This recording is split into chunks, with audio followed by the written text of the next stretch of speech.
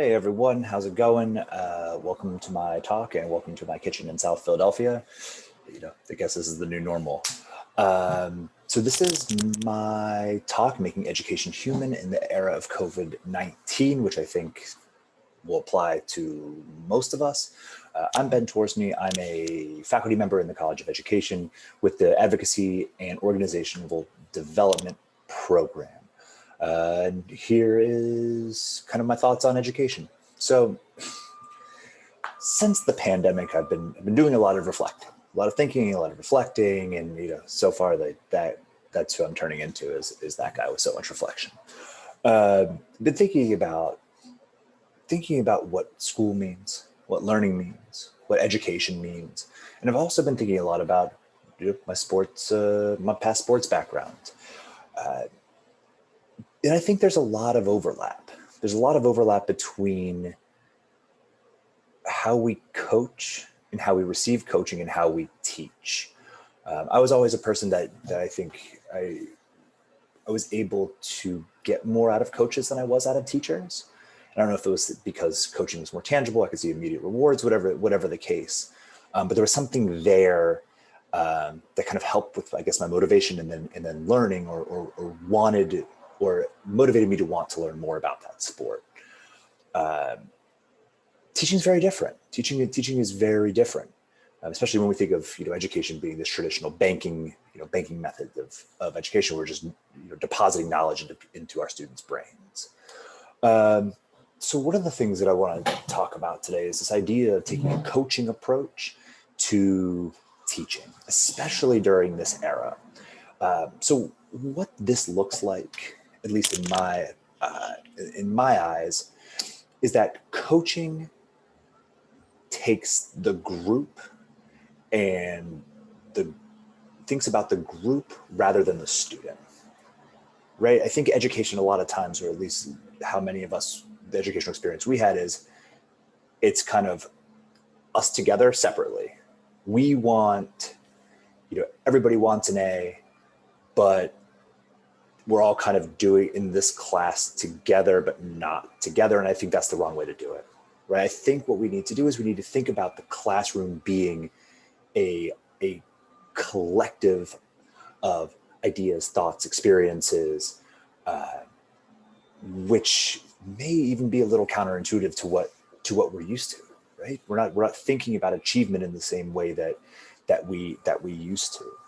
I think one of the things that this approach does is creates a sense of belonging in the classroom, right? If you tell students, I'm more interested in your engagement than I am in your grade, that completely flips what they're thinking, right? Oh, you want me to participate as opposed to just check off boxes to say that I did this.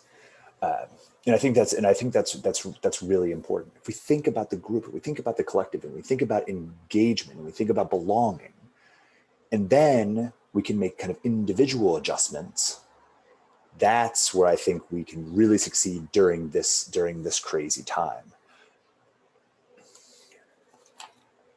Building relationships is extremely important. As I mentioned, I think today we're still in this together separate realm, for lack of a better word. We're thinking, if we're doing synchronous classes, we're little boxes on a screen. We're together, but we're separate, right? There's a background, there's people in the background, there's couches, there's beds. Like we're competing with a lot. But I think one of the things that we need to do is we need to create an environment where people belong, everyone belongs.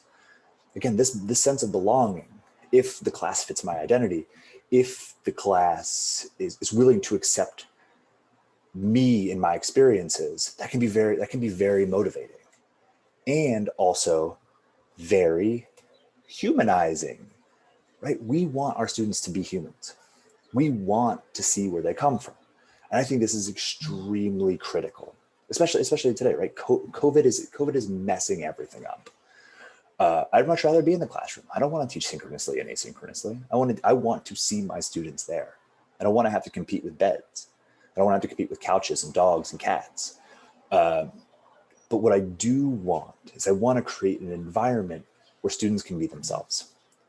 And I think that's critical. And I think good coaches do that. You know, I think back to the Bulls. I think back to Phil Jackson. Everybody talks about Jordan and Pippen. But I think about Phil. Like, Phil orchestrated that whole thing. Phil let people be who they wanted to be. You know, think about Dennis Rodman. Dennis Rodman was off the wall, but Phil let Dennis be Dennis, and the system worked well. And I think that's how we can think about classes. And, you know, I'm talking about strictly from an education, psychology class perspective. But I think if we let students be who they want to be comfortable with who they want to be, you as an instructor being open to allowing them to be what they want to be, even if it's not in class, right? They might want to set up a Zoom meeting with you. Then they can kind of, you can kind of get that extra skill development in there, but still letting them be who they want to be is extremely important, right? And I think doing this kind of forces you to get to know your students too, right? Being there, being available, letting them know they can be who they want to be is absolutely critical. So why is this important during the pandemic? I talked a little bit about it, but I think one of the really critical issues is that, again, we're separate but together. We're together but separate. I think one of the things that we also need to think about is class being thought of as practice, right? We're talking about practice. We are actually talking about practice. They're students. By definition, they're not professionals. If we consider them professionals and think of them professionals, not only are they having to deal with the pressures of being professional, but also with the pressure of being professional at a distance, which I think doesn't work, right? I think it's important to think about, one of the things about sports is that during practice, you're able to make mistakes. You're able to make a lot of mistakes and you get feedback, but those mistakes are how you learn, right? And it's not just the teacher telling you what you did wrong, it's peer feedback too.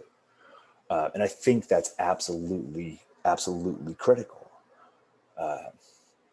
So I think about what a classroom should look like. And it's in 10 minutes, so it's almost up. But I think what a classroom should look like is a space, whether virtual or in person, probably virtual these days, is a space where students can be themselves. Students can feel free to make mistakes.